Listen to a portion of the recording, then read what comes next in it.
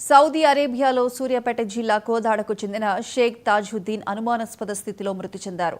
జీవనోపాధి కోసం 10 ఏళ్ల క్రితం దమాం వెళ్లిన తాజుద్దీన్ కారు డ్రైవర్గా జీవనం సాగించాడు. ఇటీవల ఒక వ్యక్తి పేరు మీద లైసెన్స్ తీసుకుని సొంతంగా కూరగాయల దుకాణం నిర్వహిస్తున్నట్లు కుటుంబీకులు తెలిపారు. తమ కొడుకును దుకాణం యజమాని కపిల్ వేధింపులకు గురిచేసి హత్య చేశారని ఆరోపించారు.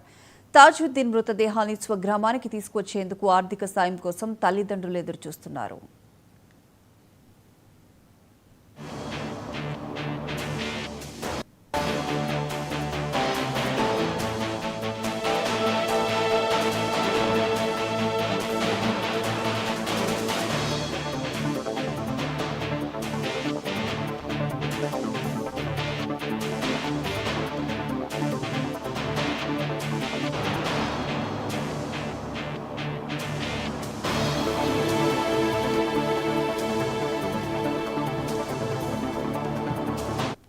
జిల్లా కోదాడ 26వ వార్డు.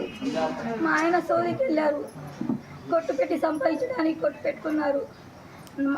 ఫోన్ లిఫ్ట్ చేయట్లేదు. 8వ తారీఖు 8 రోజుల నుంచి కపిల్ నాకు సతాయిస్తున్నాడు, టార్చర్ చేస్తున్నాడు అన్నారు.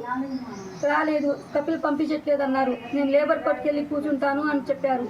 ఆ రోజు రాత్రి ఏమైందేమో ఫోన్ లిఫ్ట్ చేయట్లేదు.